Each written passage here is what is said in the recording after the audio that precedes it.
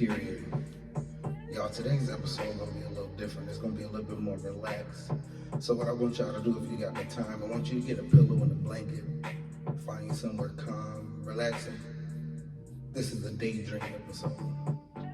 I'm gonna tell y'all stories, and I want you to close your eyes and use your imagination. Take a journey with me through my imagination. I don't own the copyrights to the music in the background, but I own this story I'm about to tell. Rocky and Rose met when they were like 17 and 18. Young, full of life, energetic, partying. They met each other through a mutual friend at a party, and they became good friends. Rose would call Rocky to vent and talk about the guys she was dating. Rocky would call Rose to talk about the women he was dating. Both of them just going through relationship after relationship. But they built an unbreakable bond. One that would cause them to fight for each other, lie for each other, cover for each other. They would do whatever each other needed. The true definition of best friends: loyalty, trust. Then one day, Rose, about 20 years old now, fell in love with a guy named James. Rose and James would go on to move in together, and Rose would conceive a child, a little baby girl. This relationship was full of domestic violence. James was toxic. Anything Rose did, James would get angry, get frustrated. He would break things, bust windows, physically abuse her, mentally abuse her, manipulate her, lie to her, cheat on her.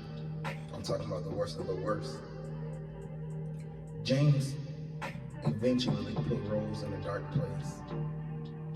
Rose will call whenever she can to talk to Rocky, but James wouldn't even allow them to be friends. She had to sneak and be friends with Rocky, and she would call Rocky and cry and vent and just tell Rocky, pray for me, help me, I don't know what to do.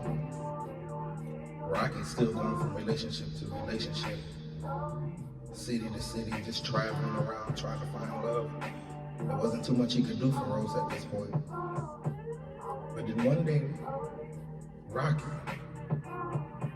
6'1", confronted James.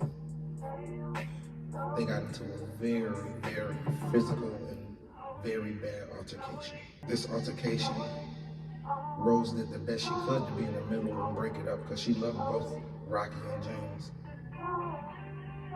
They all fell. They all got hurt. They all got bruised.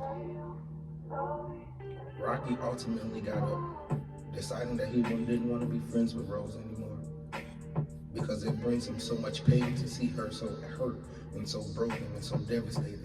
And then when he tried to stand up for her, it caused all of this. So Rocky went MIA for about a year, leaving Rose to fend on her own to try to protect her child. But eventually, Rose ran, and she ran, and she ran. James tried everything he could to find her and bring her back. But Rose ran all the way to Arkansas, hid with her mother. So Rose, her mother, and her daughter now in Arkansas, where she was born, back to a land that she's familiar with, but not all the way familiar.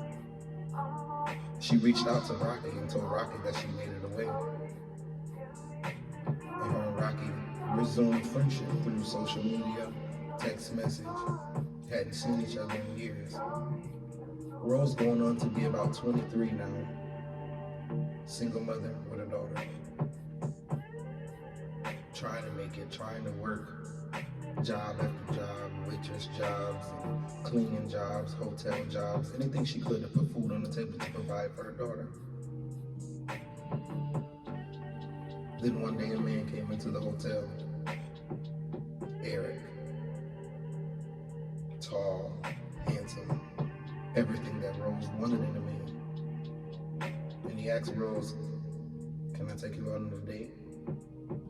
Rose repeatedly told him no. Rose was afraid of love. She didn't know how to love. She didn't know how to be loved. She was so damaged and broken.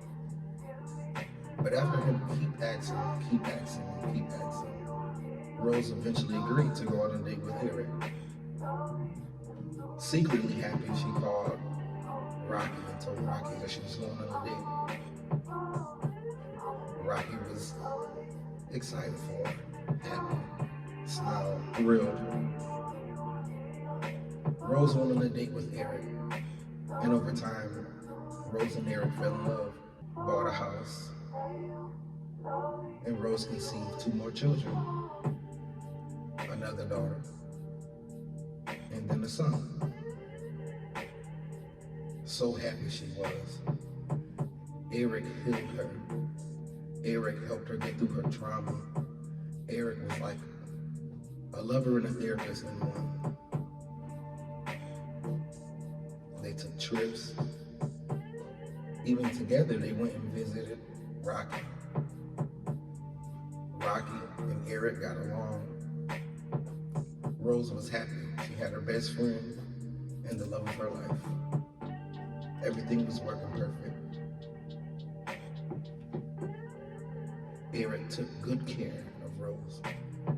He provided. He loved, he nurtured. He did everything that a man was supposed to do for Rose.